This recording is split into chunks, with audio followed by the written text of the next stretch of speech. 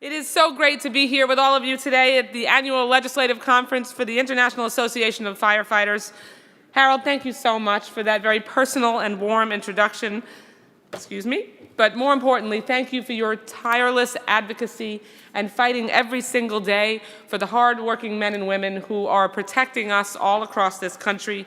I have to tell you, and a lot of my Florida guys being a gender-neutral term, a lot of my, where are the Florida firefighters?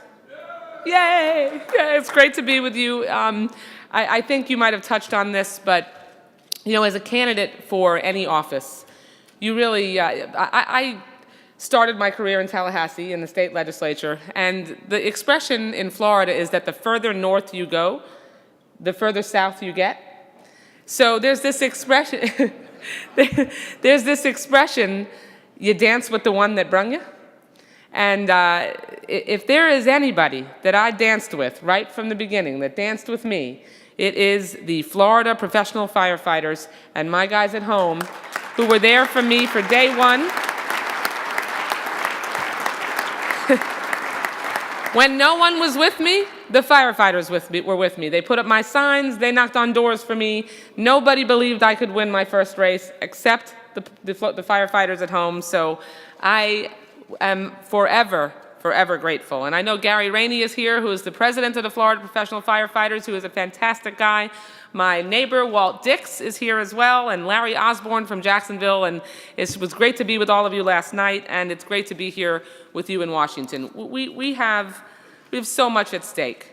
It is really fantastic that you're here to be able to look around the room at the faces of so many brave men and women who really dedicate their lives every single day to protecting our communities. Each and every one of you here this morning is an American hero, and I don't use that term lightly.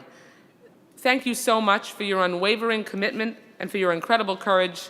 We all cannot thank you enough. I know President Obama shares that gratitude as well. He understands that America's firefighters put their lives on the line to protect all of us, and that your dedication deserves our full support. That's why the President has been fighting from the moment he first took office to change our nation for the better for firefighters and working families across the country. From making it easier for local fire departments to expand and hire more firefighters through the SAFER program, to fighting every step of the way for your collective bargaining rights, President Obama is standing by your side. Brothers and sisters, the President knows that too many people fought too hard, worked too long, and lost too much, in some cases their own lives, for workers to have the right to organize. And he'll never back down from a fight to prevent those basic and critical rights from being taken away from you. Yeah. Absolutely. Thank you. We have achieved so much together on behalf of America's workers, but we know there is so much left to be done. And believe me, the President has no intention of slowing down, not even for a second. Our nation simply can't afford it. That's why he's been talking to hardworking Americans across the country about investing in America's future so that we can have an economy that is built to last. An America built to last. It's a bold vision for creating an economy focused on American manufacturing, on American energy, on American values, and yes, American workers, especially American workers. As President Obama has said, this is a make-or-break moment for the middle class, who've had the rules stacked against them for decades. At stake is the very survival of the basic American promise that if you work hard, you can do well enough to raise a family, own a home, and have some savings when you retire. The defining issue and most urgent challenge of our time is how to keep that promise alive. We either settle for a country where a shrinking number of people do phenomenally well, while most Americans struggle to get ahead, or we can build a nation where everyone gets a fair shot, everyone does their fair share, and everyone plays by the same set of rules. I can tell you that I'm working with the President and with my Democratic colleagues in Congress to find solutions to meet the challenges that Americans face, no matter where they live or what their background is. And I know that every single person in the room today shares this common goal, to move forward from the failed policies of the past and guarantee that American workers have a genuine chance to get ahead in this country. That is a goal that President Obama shares with all of us. And that's why it's so critical that we re-elect President Obama in November so he can keep fighting for all of us. The other side isn't happy with all the change that we've built together. They want to turn back the clock on progress. Now, we see it every day on the campaign trail. Republicans clearly want to drag us backward. Mitt Romney's record, for example, when it comes to America's workers, is not much of a secret at this point. We all know it's been a disaster across the board. Whether he was firing workers and outsourcing American jobs as a corporate raider for Bain Capital, or failing to stand up for Massachusetts firefighters during his time as governor, Romney's priorities were abundantly clear. Now that he's running for president, Mitt Romney continues to show how truly out of touch he is on the issues affecting workers in our local communities. He and the rest of the GOP field would rather keep giving tax cuts to millionaires and billionaires than work to restore our economic security. And that is not the kind of leadership that we need in the White House, is it? No. I certainly don't think so. And I know you share that view as well. As a member of Congress who is so proud to represent the brave and hardworking firefighters of South Florida, I wish I could say my Republican colleagues on Capitol Hill weren't using the same playbook as the GOP candidates for president. I wish I could say that congressional Republicans were partnering with us in the effort to reauthorize SAFER and the FIRE Act, to continue making critical investments in local fire departments across the country. But sadly, that's not the case. Instead, Republicans in the Senate have obstructed the process, refusing to allow a vote on compromise legislation reauthorizing these vital programs. I was proud to add my name as a co-sponsor when we fought to send the Public Safety Employer-Employee Cooperation Act to President Obama's desk and provide national collective bargaining rights to firefighters. Thank you.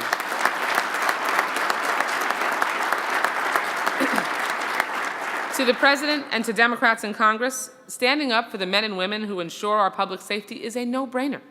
But Republicans block that too. The gridlock and the discord that have reached an all-time high in Congress must come to an end. Just like their counterparts on the campaign trail, congressional Republicans have lost sight of what's best for working families in America. At a time when we ought to be working together to restore economic security for the middle class and focusing on American jobs, at a time when that should be everyone's #1 priority, the Republicans have made it clear that they care about one job, Barack Obama's.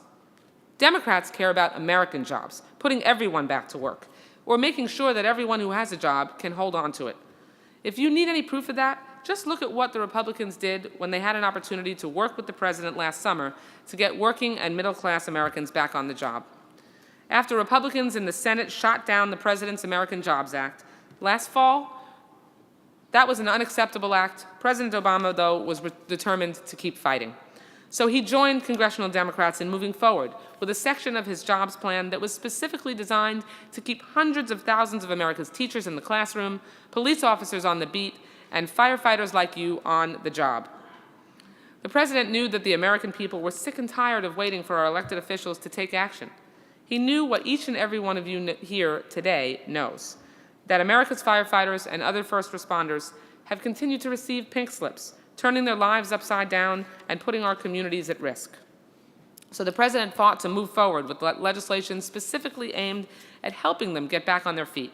But Republicans in the Senate still said no. No to creating jobs, and no to fighting for America's first responders.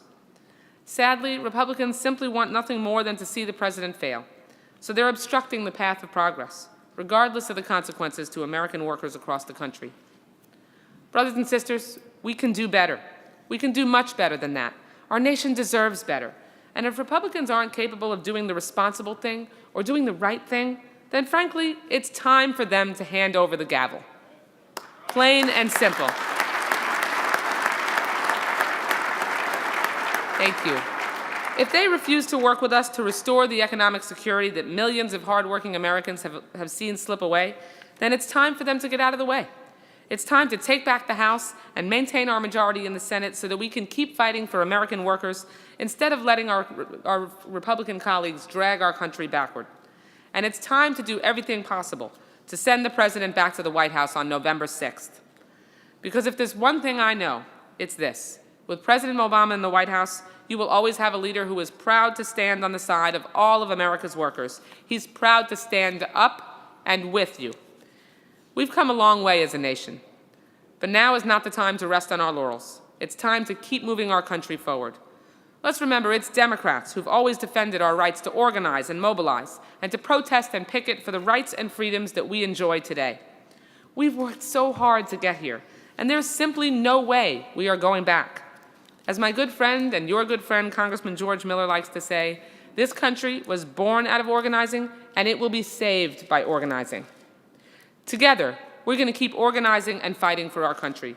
We're going to keep marching forward as a nation where everyone has a fair shot and everyone has a fair chance to succeed.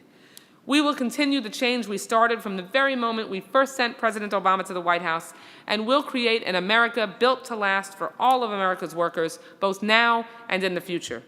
Thank you so much for your devotion to making America stronger for workers all across this country. My brothers and sisters, we won't give up the fight, and I know firefighters never do. On to victory on November 6th. Thank you so much.